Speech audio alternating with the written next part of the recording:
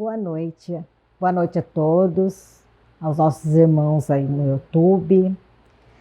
O tema da nossa conversa de hoje vai ser também uma pergunta, como as outras palestras que estão acontecendo na casa, né? Então é uma perguntinha para nós.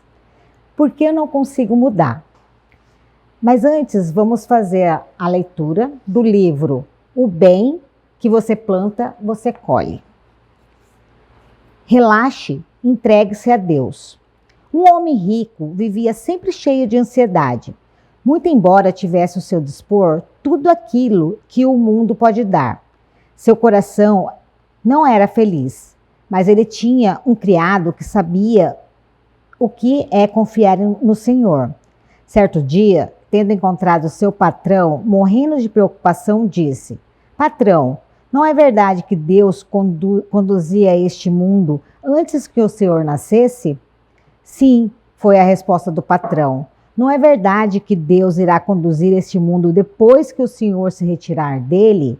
Sim, voltou a dizer o patrão.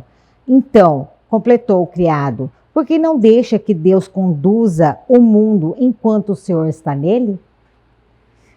Então agora vamos fazer a nossa prece, vamos fechar os olhos, elevar o pensamento a Deus, nosso Pai. Agradecidos estamos, Senhor, mais uma vez reunido aqui em seu nome, trilhando o nosso caminho, trilhando nossa vida rumo à felicidade. Obrigado, Mestre amado, Senhor da vida, a espiritualidade aqui presente e ao nosso Pai maior. Gratidão, muita gratidão. Que assim seja, graças a Deus. Então, vamos começar falando. Vocês já viram, assim, na comunidade de vocês, no lar, dentro de casa, ou no bairro onde você vive, na cidade, uma pessoa bondosa ou uma pessoa brava? Existem pessoas amorosas e pessoas nem tão amorosas? Por quê? Nós vamos fazer aqui uma escala que vai começar lá do topo até o final. Então vai ser o primeiro da escala e o último da escala. Vocês conseguem imaginar uma pessoa que passou aqui, que só deixou coisas boas quando ele esteve aqui com a gente? Amor, benevolência, era estritamente inteligente? Então, essa pessoa é Jesus, né? Ele passou por aqui. A gente tem comprovação, né, que ele passou por aqui. Então, ele deixou muitas coisas boas para nós. Agora, nós já temos o primeiro da lista. Vamos lá para o final, que é o mal. Então, imagine, não vamos citar nomes, não.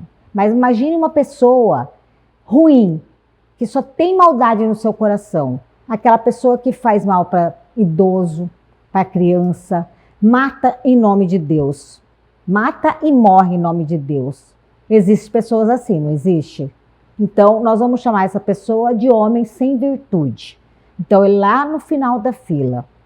E tem aqueles que estão no meio. É igual se fosse uma classe de aula, né? Não tem aqueles primeirinhos da fila lá, que presta atenção em tudo? Tem os bagunceiros no final e tem o meião de classe. Esse meião de classe, eu, né? Na verdade, colocaria eu. Colocaria vocês. A gente ainda não é Jesus. Está longe disso ainda, mas também nós não somos mais sem virtudes, né? Sem virtudes nenhuma. Nós temos algumas virtudes.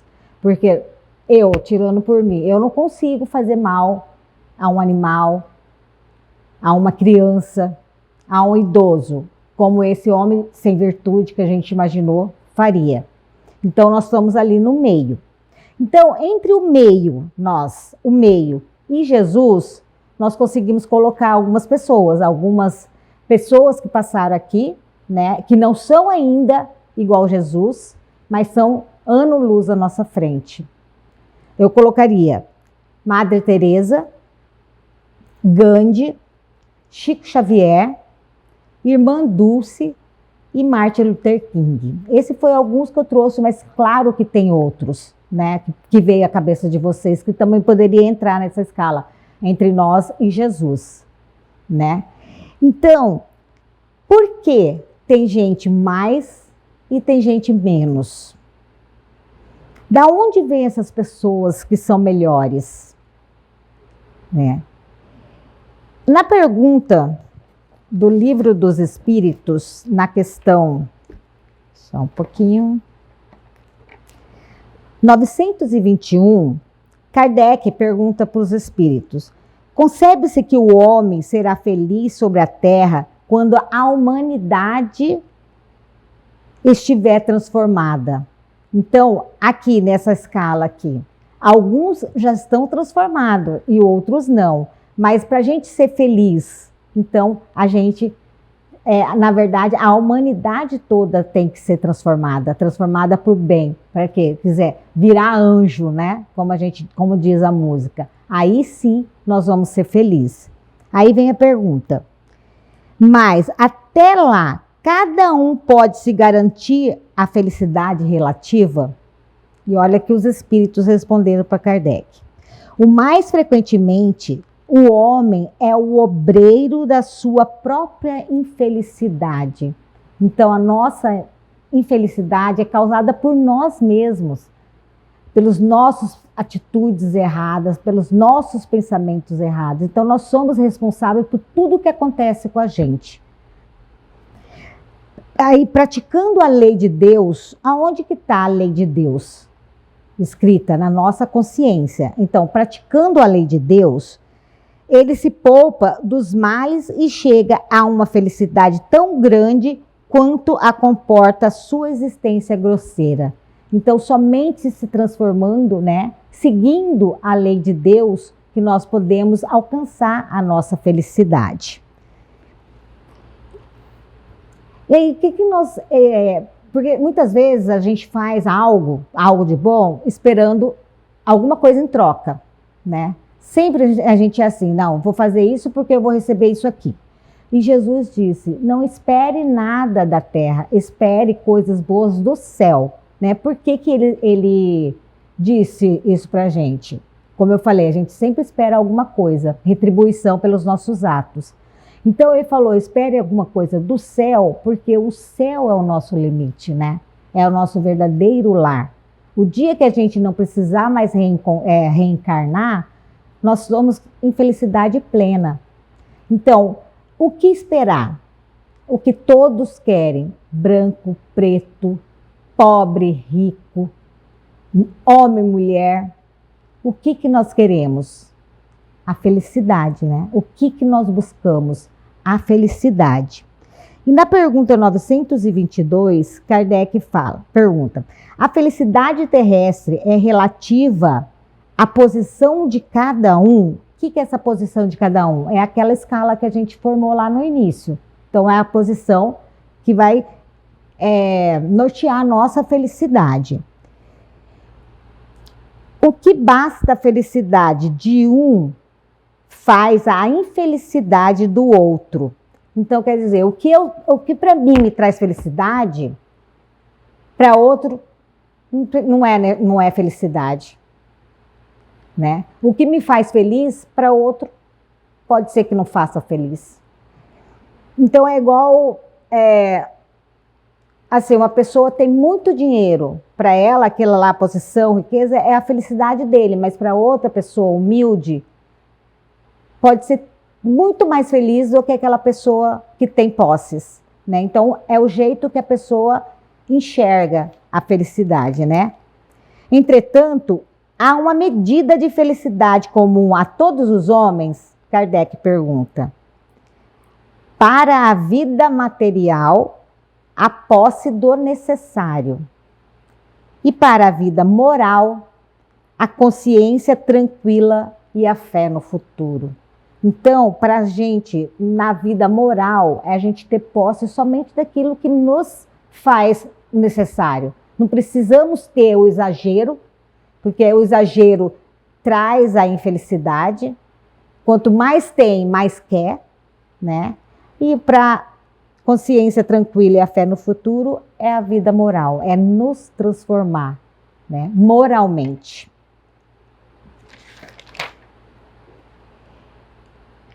Vou contar uma historinha que essa não é verídica, é uma historinha que eu ouvi. tinha um sheik lá da Arábia, muito, muito, muito rico. Lá na Arábia lá tem aquela questão do petróleo, então ele era muito rico. E ele tinha um filho que ele mandou estudar nos Estados Unidos. Aí um dia esse filho escreveu para o pai falando assim: pai, eu estou muito constrangido, porque aqui eu chego com a minha Ferrari de ouro na faculdade e meus colegas e outros chegam de ônibus. Então eu estou escrevendo para o senhor para ver se a gente encontra uma solução para esse meu constrangimento. Passou uma semana, o pai retorna a carta falando assim: filho, eu entendo a sua preocupação, o seu constrangimento, né? Você chegar de uma Ferrari de ouro e seus amigos, colegas chegarem de ônibus. Olha a sua conta bancária, desculpa. Papai depositou $1 bilhão. Compra um ônibus de ouro para você também. Então, o jeito que esse sheik enxergava a vida era assim. Para ele era tudo fortuna, todas as coisas, tudo ouro, né? Mas o dia que ele perder, né, essa fortuna, o que acontece? Frustração. É assim que acontece com a gente. Quando a gente tem um monte de coisa, esses grandes empresários, para ele ser feliz, ele precisa no ano faturar 100 milhões. No outro ano, se ele faturar 80 milhões, para ele não está bom. E aí o que causa? A frustração, a insegurança. E imagine aquele que perde tudo. Leva até a morte, porque não aguenta o fracasso, né? Então levam até a morte. Então é o jeito que a gente enxerga a vida. Richard Simonetti, ele tem um texto maravilhoso que diz: o mundo e a sua cor. O mundo tem a sua cor. É você que mede o mundo e vê como você é. Se você põe óculos da bondade, de amor, tudo é belo, positivo. Porque positivo e belo é você. Se você é vingativo, invejoso, egoísta, vê o mundo desse jeito. Porque desse jeito é você. Do modo que você fala, do modo que você vê, do modo que você pensa, desse modo é você. Você é a medida do seu mundo, mas que felicidade, que alegria e luz se você fosse a medida de Jesus. Então sabemos que Jesus passou por aqui, ele poderia ser o homem mais rico, né? Nascer num berço de ouro, mas não, ele não quis isso, ele nasceu como ele quis, pobre e humilde, mas deixou muitas coisas boas. A herança dele não foi deixar dinheiro, foi deixar bens. Ele deixou os seus ensinamentos e os seus exemplos. Então, esse é o modelo e guia que nós temos que seguir para alcançar a felicidade. Então, a gente pode enxergar de outra maneira, mas para isso a gente precisa mudar. Quem aqui não gosta de dinheiro? Não gosta de status? Mas como eu falei lá do sheik, se perder tudo um dia, se frustra, né? Por isso que o mestre falou, é perigoso a prova da riqueza. E está lá na pergunta 925, que Kardec fez aos espíritos, né? Por que Deus favorece com os dons da fortuna certos homens e não parece merecê-los? É um favor aos olhos daqueles que não veem senão o presente. Mas sabeis bem, a fortuna é uma prova frequentemente mais perigosa do que a miséria. Então a prova da fortuna é muito mais perigosa do que da miséria. Porque quando você é rico, você se sente orgulhoso, egoísta. Lógico que tem ao contrário, né? Mas muitas vezes é assim que acontece. Então, se você contrariar alguém que tem muita posse, essa pessoa pode te despedir da empresa dele, possa te maltratar na frente de várias pessoas, né? Então, as posses é muito perigoso. Então, a gente tem que ter o quê? Pé no chão. Porque o dinheiro é perigoso, mas se a gente colocar no lugar errado. Somos nós o dono do dinheiro e não o dinheiro nosso dono. Então, por isso que nós temos que saber conduzir, né? Empregar bem.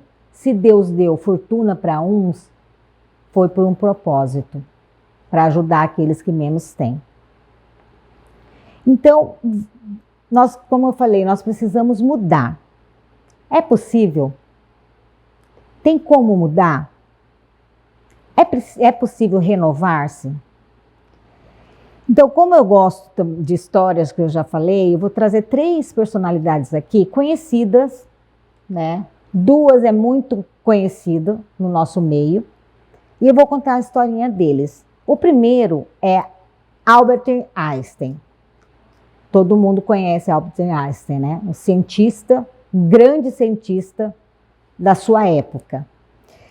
Ele cursava faculdade e ele queria ser cientista e ele queria trabalhar na faculdade. Só que, antes de acabar o curso, ele já viu que ele não poderia por ser professor, porque naquela época era status ser professor, né, de faculdade. Então, ele percebeu que não seria possível isso, por mais que ele tentasse, mandou currículo, né, conversou com os professores dele, mas não conseguiu. E ele viu os colegas dele sendo professores e ele não. Só que pintou um departamento para que ele assumisse, né? Falou, o único departamento que tinha disponível era o departamento de patentes, lá na Suíça, em Zurique. Esse departamento passava todas as pesquisas dos professores, dos alunos, dos colegas dele, passava por esse departamento. E aqui nós vamos colocar uma coisa no nosso coração. Aceitar o que Deus preparou para nós. E Einstein aceitou trabalhar lá no departamento de patentes, né? E por ele passava todas essas teorias. Ele lutou contra a teoria da bomba atômica, né?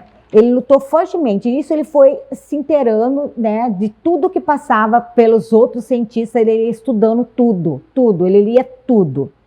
E Stephen Hawking, outro cientista também, que foi físico teórico, ele estudou o universo, teoria do universo, tudo, ele falou que tudo que o Einstein lia passava pela mente dele, então ele ia acumulando aquilo na mente brilhante dele, e ele falou uma frase: o fato do senhor Albert Einstein ter trabalhado no departamento de patentes em Zurique, Suíça, possa ter contribuído para que ele chegasse a tão brilhantes conclusões científicas. Sua mente, inquestionavelmente superior, associada à leitura de tantos artigos, fora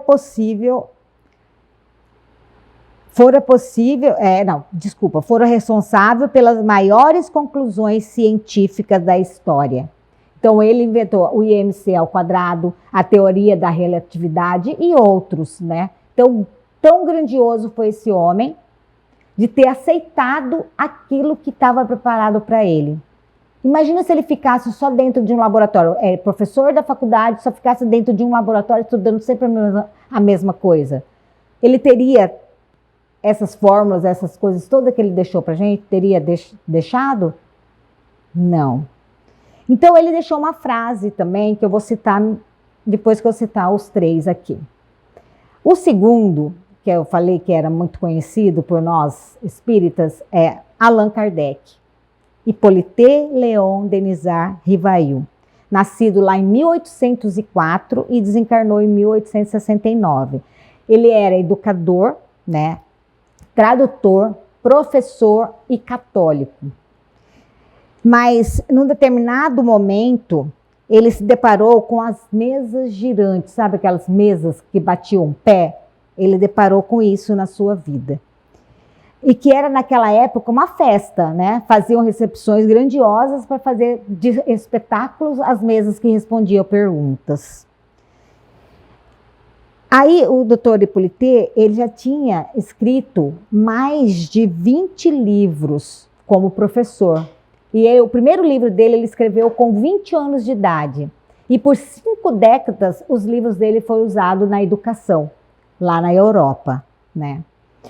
Aí, como ele estava envolvendo, já conhecendo, já ouviu falar muito dessas mesas, da história da mesa, Fortier, seu amigo, falou para ele ir lá, tirar as suas conclusões, né? E ele falou, eu só vou acreditar no dia no dia em que as mesas tiver nervos e cérebros para pensar.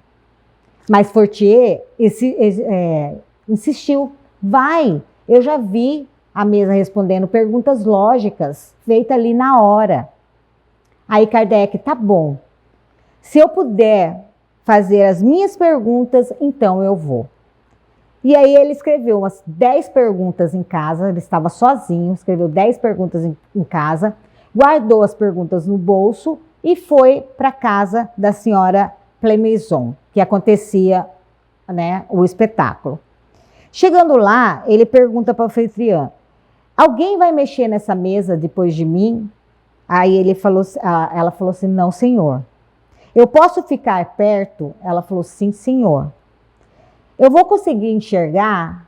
Ela falou, a gente vai diminuir a luz, mas vai dar para enxergar sim. Aí nisso, faz toda a preparação, né? Faz a oração e começa a mesa a responder. Então eram batidas. Uma batida, uma letra A. 2 batidas, letra B. 3 batidas, letra C. E isso a mesa foi respondendo todas as questões. E a senhora Plémaison ia anotando tudo, porque como ela era anfitriã, ela acompanhava esses espetáculos, ela já tinha, né, a habilidade de escrever. Aí no final, acabou, aí Kardec perguntou, o que são essas respostas, né? A mesa respondeu para ele, são as perguntas que o professor fez. Aí todo mundo, mas como, né? Aí ele falou assim, aí a mesa, as perguntas estão no bolso do professor. E ele não tinha falado nada para ninguém. Aí é aqui que entra a coisa lógica, né? Assim, Kardec era cético. Quando a pessoa é cética, você tem que explicar o que está acontecendo. Agora, quando a pessoa é egoísta, né, orgulhosa, aí você nem perde seu tempo explicando o que estava acontecendo. Então, Kardec era cético, mas não orgulhoso. Aí ele fez outra pergunta para a mesa. Como vocês sabiam das perguntas que eu tinha? Aí os espíritos responderam, nós estávamos lá quando você fez. Aí ele, quando eu fiz, você respondeu, nós? Quem seriam nós? Aí eles responderam, os espíritos dos homens que viveram na Terra. Então aqui está explicado, né? Não é adivinhação. E Kardec volta para casa convencido, né, abalado, e renova-se, muda. Porque antes ele era Hippolyte, aí depois dele deparar com essas mesas, né, ele se passou a chamar Kardec, trocou o nome, porque já tinha os livros científicos escritos, ele trocou para não confundir, né? Então, Kardec leu um texto do Gasparino, que era um conde estadista na época, que dizia assim, ó, eu vi as mesas respondendo, se movimentando, respondendo perguntas lógicas. E na última palavra lá do texto, o conde coloca, aceita. Não tem outro jeito, aceita, porque não tem como explicar. Somente aceitar. Aceitar que algo grande estava, né, por trás. Então, Kardec teve contato com toda a doutrina. Sabemos que ele escreveu as obras básicas, né? Então, ele fez várias perguntas e mandou para vários centros espíritas na Europa E quando chegou as respostas eram idênticas. Então ele imaginou que não poderia ser mais de um, tinha que ser um. Ele respondeu a mesma questões em vários lugares que Kardec mandou, né, as perguntas. E foi aí que aconteceu que Kardec nos deixou as obras básicas, as 5, né, que a gente estuda, que é para nossa transformação, para a gente mudar. E ele também deixou uma frase que logo mais já citarei. E o terceiro é maravilhoso, né? Que é Chico Xavier, Francisco Cândido Xavier. Nascido em Pedro Leopoldo, lá em Minas. Era pobre, pobre, pobre. Então Chico começou com as suas visões cedo, né? Cedo. E na sua juventude, ele deparou com Emmanuel. Aí Emmanuel falou assim, Chico, você quer entender o que está acontecendo com você? Aí ele falou, é o que eu mais quero. Só que a gente tem uma incumbência, Emmanuel falou. A gente tem que escrever 30 livros, aceita? Chico, aceito. Ele nem perguntou como ele ia fazer, com que papel, com que lápis, com caneta, nada. Ele aceita? Aceito. Escreveu os 30 livros, Emmanuel veio de novo e falou assim, Chico, me deram outra incumbência, nós vamos ter que escrever mais 30 livros, aceita? Aceito. E aí eles totalizaram 60 livros. Aí quando o Emmanuel veio de novo, ele ansioso para saber, e agora, o que está acontecendo comigo? Ele falou assim, ó, nós temos outra incumbência, vamos escrever mais 40 livros, aceita? Aceito. E nisso eles totalizaram 100 livros. Né? Então, toda a doutrina que não é da codificação, que passou pelo Chico, tem uma grande extensão, né, nas obras. As obras de André Luiz, as obras de Emmanuel, de Humberto de Campos, os poetas. Então, tudo que Chico escrevia passava muitas vezes por ele, né, porque ele passava limpo os papéis, então ele tinha que saber, né, o que ele estava escrevendo. Então ele tinha 3 maneiras de psicografar. Ele olhava um papel na frente dele e copiava, olhava e copiava. A segunda era ditado, né? Era como a gente fazia na escola, para ver se a gente acertava as palavras. Então alguém ditava e ele escrevia. E a terceira era mecânica. Então era mecanicamente. A mão dele ia sozinho, né? Então não passava pelo consciente dele. Mas ele tinha que passar a limpo, porque a letra só ele que entendia. Então, nós sabemos que tudo que Chico escreveu passou pela mente dele. E ele estudou muito, por isso que ele hoje é um homem grandioso da doutrina, que é o segundo codificador que fala. E com isso, Chico escreveu mais de 450 livros. Ele chegou a escrever 7,5 livros por ano. Ainda dizem que tem material lá que não deu tempo dele traduzir, né? Que ele passar a limpo. Tem lá, mas ninguém consegue entender a letra dele. Está guardada até hoje, né? E os 3 deixaram umas frases para entrar no nosso coração. Einstein disse, preciso estar disposto a abrir mão do que sou para me tornar o que serei. Então ele precisou aceitar trabalhar lá no departamento de patente, que não era o que ele queria no começo, para ele ser o grande, né, cientista da época. Kardec fala, reconhece-se o verdadeiro espírita pela sua transformação moral e pelos esforços que faz para domar as suas más tendências. E Chico, tudo que o Espiritismo me ensinou é o que eu tenho que renovar-se sempre. Então, praticamente, os 3 disseram a mesma coisa com as suas palavras. É renovar, é mudar sua atitude, o seu jeito de pensar. Então, eles aceitaram isso, eles aceitaram essa missão. Sabemos que tinha outro espírito já preparado caso Kardec não aceitasse, mas Kardec aceitou e deixou obras belíssimas para nós. Kardec, o espírito de verdade, disse, você vai sofrer, né? Você vai sofrer, muitos vão desconfiar de você, principalmente os mais próximos. Mas Kardec falou, eu aceito. Aceito tudo sem restrição. Então eles aceitaram passar por situações ruins, para trazer para a gente mensagens, para trazer para nós a doutrina da felicidade, que está toda codificada por Kardec e pelo Chico, todas escritas lá, que a gente pode, né, estudar.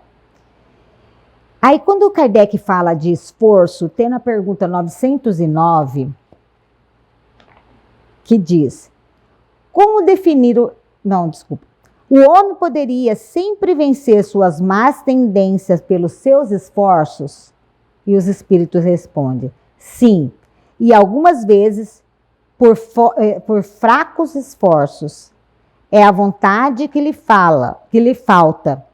Ah, quão pouco dentre vós fazem esforço. Então, nós não fazemos esforço praticamente nenhum para mudar, né? Podemos fazer muito mais. Já que estamos falando de esforço, olha que história belíssima. Não é nem um Chico, nem uma Madre Teresa de Calcutá, mas essa pessoa se esforçou para que o filho fosse alguém. Vocês já ouviram falar de Thomas Edison, que é o inventor do microfone, o inventor da bateria, daquela embalagem a vácuo, da luz que nos ilumina hoje aqui? Então, ele foi um grande cientista também. Então, a história dele vai contar o esforço da mãe dele. Certo dia, Thomas Edison chegou em casa com um bilhete de sua professora para sua mãe, que dizia, e disse, mãe, minha professora me deu esse papel para entregar apenas para a senhora. A mãe pega o bilhete lacrado, abriu e começou a ler em silêncio. Os olhos começaram a se lacrimejar, então ela resolveu ler em voz alta, para que seu filho Thomas o escutasse. Seu filho é um gênio e está na escola. Essa escola é pequena e fraca para ele. Não temos professora para o seu nível, para treiná-lo. Por favor, senhora, ensine-o você mesma. E depois de muito tempo, Thomas veio a se tornar um dos maiores inventores do século, um dos maiores gênios da humanidade. Após a morte de sua mãe, resolveu arrumar a casa quando encontrou-se uma caixinha que sua mãe guardava objetos de valor simbólico. Thomas abriu a caixa, para sua surpresa e emoção, ele encontra a antiga carta que sua professora tinha escrito para sua mãe, há quase 40 anos. Porém, ao reler, viu que o conteúdo da carta era outro que estava escrito quando a sua mãe leu para ele, que dizia assim, seu filho é confuso e lunático, deve ter problemas mentais, não vamos mais deixá-lo entrar na escola, ele está expulso. Se quiser, ensine-o você mesma. Thomas Edison guardou a carta, fechou a caixinha, pensou na sua mãe e chorou por horas. Se levantou, enxugou suas lágrimas e então escreveu no seu diário.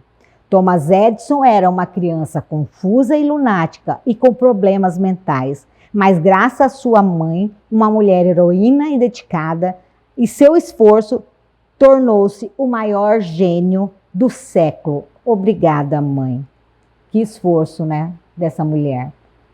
E que esforço, quantos não se esforçam para que o filho tome o caminho do bem? Quantas mães não se esforçam para que isso chegue? Quantas mães, quantos pais, quantos anjos Deus coloca na nossa vida, né? Para que nós possamos subir um degrauzinho da nossa evolução.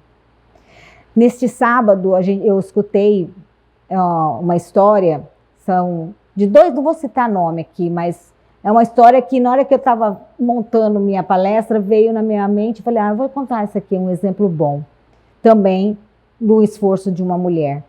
Dois meninos, um de 10 e outro de 12. Hoje eles são homens feitos, bem sucedido, mas eles, um com 10, outro com 12, entrou no mundo da droga.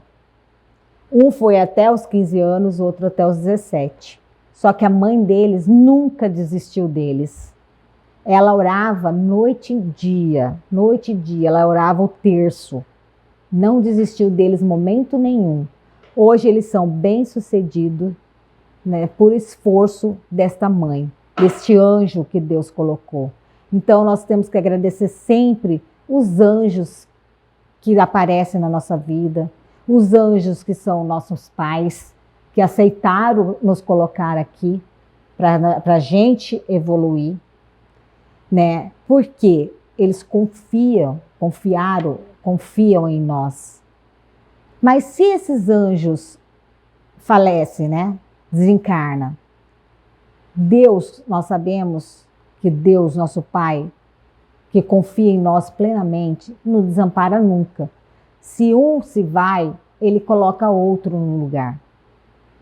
E agora, para finalizar a nossa conversa, vou contar uma história relacionada a esses anjos que Deus coloca na nossa vida. Mas antes disso, eu vou fazer uma pergunta. E por que a gente não muda? E por que, com tantas pessoas boas, dando um rumo na nossa vida, colocando a gente no caminho do bem, a gente não muda? Por que será? Porque a gente tem medo. É medo do desconhecido. É medo do que nós vamos encontrar na nossa frente. É igual quando você, por acidente, esquecer alguma coisa, tomar um remédio, você engravida, uma gravidez precoce. O medo que dá de você assumir uma criança, sendo que você também não tem estrutura ainda. Mas na hora que você tem o bebê, você vê que não é um bicho de 7 cabeças e você aceita e muda, né? Assim que acontece com a gente tem que aceitar o que está preparado para nós. O que nós fizemos, a nossa programação é deixar o medo e seguir a nossa consciência, que está escrito a lei de Deus, é seguir este rumo à nossa verdadeira felicidade. E agora, para finalizar, mas o anjo bom, que está no livro Lindos Casos de Chico Xavier, por Ramiro Gama. Então, sabemos que Chico tinha 8 irmãos, né? Eram 9 filhos. E quando a sua mãe faleceu, cada um foi morar com madrinha, tio, foi espalhado os 9 filhos. E Chico foi morar com a madrinha, Rita de Cássia. E essa madrinha era muito ruim para ele, né? Batia nele com varinha de marmelo, furava a barriga dele, fazia ele até lamber ferida, porque falava que curava. Então era uma verdadeira tortura a criação dele nessa casa, né? Então, Chico tinha contato já com a mãe dele em espírito, aí deixou essa historinha no livro. O anjo bom. Antes disso, uma frase de Emmanuel. Tudo que os olhos da carne pode ver está morto ou vai morrer. Gravam isso. Então, o anjo bom. 2 anos de surra incessantes, 2 anos vivera Chico junto à madrinha.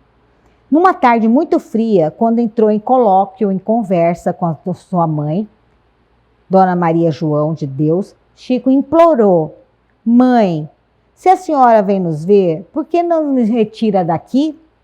O espírito carinhoso afagou e perguntou: por que está tão aflito? Tudo no mundo obedece à vontade de Deus.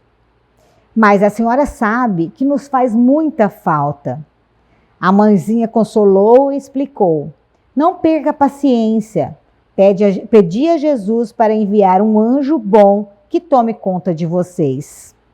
E sempre que revia a progenitora, o menino indagava: mamãe, quando é que o anjo vem?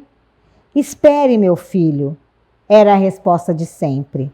Decorrido 2 meses, o senhor João Cândido Xavier resolveu casar-se em segundas núpcias. Olha que eles tinham 9 filhos. A dona Cidália Batista, a segunda esposa, reclamou os filhos da dona Maria João de Deus. Então ela impôs assim: só vou casar se você reunir todos os seus filhos. Imagina, em sã consciência, alguém fazer uma coisa dessa. Né? Ficar com um homem que tenha mais de 9 filhos, ou que seja 5 filhos, nunca, jamais. Mas dona Cidália Batista, sim, né? E foi assim que a nobre senhora mandou buscar também o Chico. Quando a criança voltou ao antigo lar, contemplou a madrasta, que lhe estendia as mãos. Dona Cidália abraçou e beijou com ternura e perguntou: meu Deus, onde estava esse menino de barriga desse jeito? Chico, encorajado com o carinho dela, abraçou-o também, como o pássaro que sentia saudade do ninho perdido. A madrasta bondosa fitou bem nos olhos e indagou: você sabe quem eu sou, meu filho? Sei sim, a senhora é o anjo bom que a minha mãe já falou.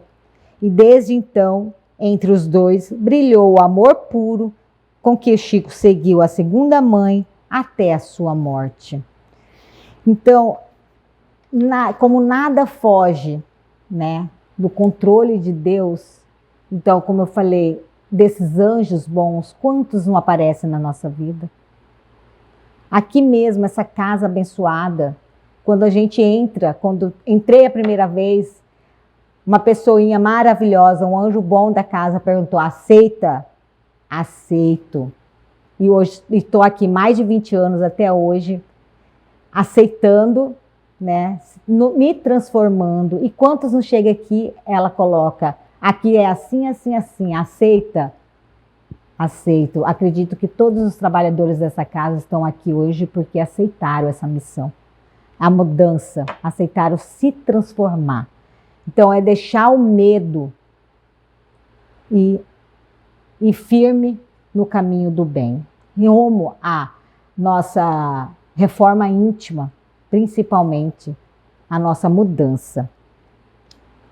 Agora só o rio e o oceano. Dizem que, mesmo antes do rio cair no oceano, ele treme de medo. Olha para trás, para todas as jornadas, os cumes, as montanhas, o longo caminho sinuoso através das florestas, através dos povoados, e vê à sua frente um oceano tão vasto que entra nele, nada mais é do que devastador, desaparecer para sempre. Mas não há outra maneira, o rio não pode voltar. Ninguém pode voltar. Voltar é impossível na existência. Você pode apenas ir em frente. O rio precisa se arriscar e entrar no oceano. E somente quando ele entra no oceano é que o medo desaparece. Porque apenas então o rio saberá que não se trata de desaparecer no oceano, mas tornar-se oceano. Por um lado é desaparecimento e por outro lado é renascimento. Assim somos nós. Só podemos ir à frente e arriscar. Coragem. Avance firme e torne-se oceano. Então, espero que nós, rios, ainda correndo rumo ao oceano, um dia encontraremos a entrada desse maravilhoso oceano nos transformados. Que Jesus esteja com todos. Assim, com a mente elevada, o pensamento em Deus, em Jesus. Vamos agradecer por estarmos aqui, aprendendo um pouquinho sobre a sua doutrina e que este pouquinho faça diferença na nossa vida, na nossa rumo à felicidade. Agradecidos estamos à espiritualidade amiga, por estar sempre do nosso lado, nosso anjo de guarda, nos amparando, nos envolvendo na sua luz, nos envolvendo no seu amor e nunca nos deixando só. Obrigada, Senhor. Obrigada pela nossa vida e pela nossa saúde. Que Jesus nos abençoe hoje, amanhã e sempre. Obrigada e boa noite.